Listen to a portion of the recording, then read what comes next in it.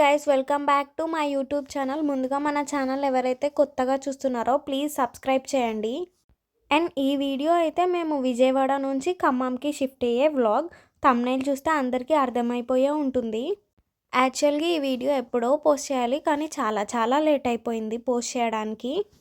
మేమైతే చాలా సడన్గా విజయవాడ నుంచి ఖమ్మంకి షిఫ్ట్ అయిపోవాలి అనుకున్నాము.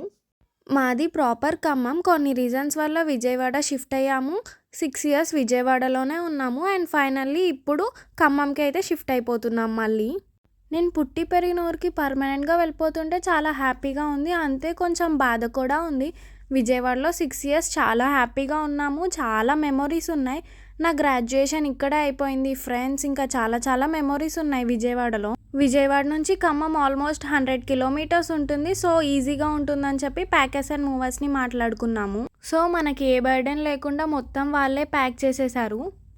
ప్యాక్ చేశాక ఇలా బాక్సెస్ మీద నేమ్స్ రాస్తే మనకి తర్వాత చూసుకోవడానికి చాలా ఈజీగా ఉంటుంది. లాంగ్ వెళ్ళాలి కాబట్టి చిన్న డ్యామేజ్ కూడా పడకుండా డబల్ ప్యాకింగ్ చేశారు, చాలా బాగా ప్యాకింగ్ చేశారు. నా బైక్ కూడా నీట్గా డబుల్ ర్యాప్ చేసి ఏ డ్యామేజ్ లేకుండా ప్యాక్ చేసి వెహికల్లో అయితే ఎక్కిచ్చేస్తున్నారు. ఫైనల్లీ సామాన్ మొత్తం ప్యాక్ చేసేసారు అండ్ మా ఇల్లు మొత్తం ఖాళీ అయిపోయింది. ఈ ఇల్లు అయితే నాకు చాలా ఇష్టం. ఈ ఇంట్లో చాలా మెమొరీస్ ఉన్నాయి నాకు. 6 years అయితే ఇంట్లో చాలా బాగా గడిచాయి. చాలా హ్యాపీ మూమెంట్స్, సాడ్ మూమెంట్స్, ఇట్లా చాలా మెమొరీస్ ఉన్నాయి ఈ ఇంట్లో. ఇట్లా చాలా మెమొరీస్తో అయితే మేము ఈ ఇల్లు ఖాళీ చేసి ఫైనల్లీ ఖమ్మంకి అయితే షిఫ్ట్ అయిపోయాము. అసలు ఈ సామాన్ చూస్తే అయితే షాక్ అయిపోయాము. ఇంత సామాన్ ఏడికెళ్ళి వచ్చిందో. ఇంట్లో అన్నీ సదిరినప్పుడు ఏం అర్థం కాలే, కానీ ఇప్పుడు ఇలా అన్నీ బయటకు వచ్చాక అమ్మో ఇంత సామానా అనిపిస్తుంది.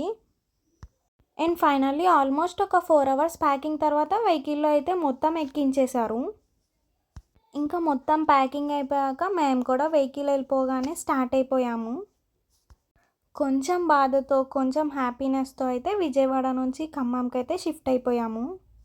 మేము విజయవాడ వచ్చింది 2019లో అండ్ నా గ్రాడ్యుయేషన్ నేను ఇక్కడే కంప్లీట్ చేశాను.